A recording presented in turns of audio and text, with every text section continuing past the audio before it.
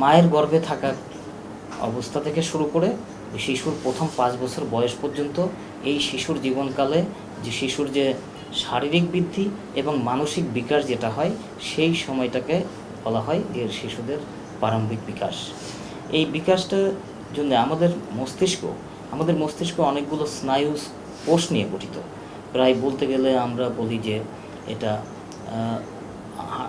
100 billion sales, মানে 100 billion sell দিয়ে আমাদের মানে মস্তিষ্ক গঠিত।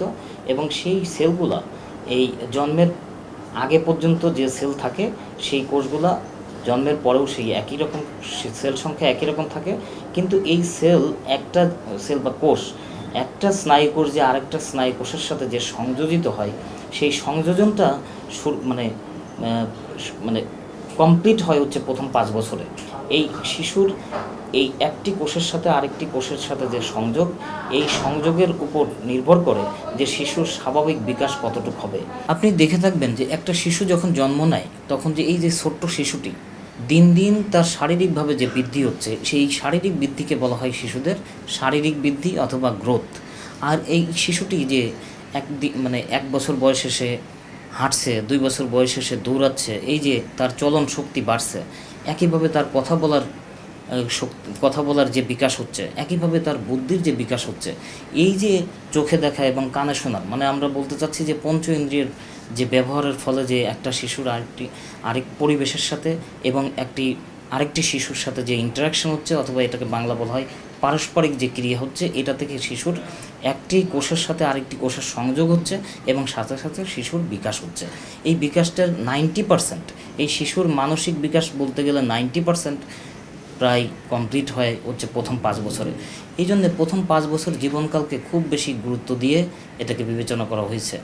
প্রথম 5 বছর এই শিশুর এই সময়কালকে বলা হয়েছে যে সুযোগ আছে, সুযোগ কাজে লাগাও, না লাগালে সুযোগ হারাও। মানে এই সময়টি একটি শিশুর জীবনে আর কোনো দিন আসবে না। আর এই সময়ে যে শিশুর যে মানসিক বিকাশ হবে সেই বিকাশের উপর নির্ভর করে এই শিশুটি ভবিষ্যতে কেমন বড় মানুষ হয়ে সে সমাজে বসবাস করবে।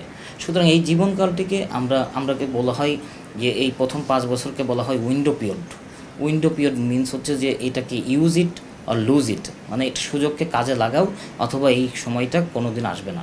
সুতরাং শিশুর এই সময়ে একটি শিশু যে মা বাবা ভাই বোন এবং তাদের আশেপাশের মানুষদের সাথে যে ইন্টারাকশান হয় সেটাকে বলা হয় শিশুর সামাজিকভাবে বিকাশ। এবং সাথে সাথে একটি শিশু যখন তার খেলনা, তার আশেপাশের বস্তুদের সাথে সে ইন্টারাকশান যেটা হয় সেটাকে বলা বস্তুগত বিকাশ, এবং এইটার উপর ডিপেন্ড করে তার মানসিক বিকাশ নির্ভর করে। এই সময়টাকে বিজ্ঞানীরা আরও বলেছেন যে it's a opportunity as well as it's a vulnerability. বলা হয়েছে এটা একটা সুযোগ, পাশাপাশি এই সুযোগ যেহেতু আপনি কাজে না লাগালে এটার যে ক্ষতিটা হবে সেটা 5 বছরের পরেই সেই ক্ষতিটাকে পূরণ করা যাবে না।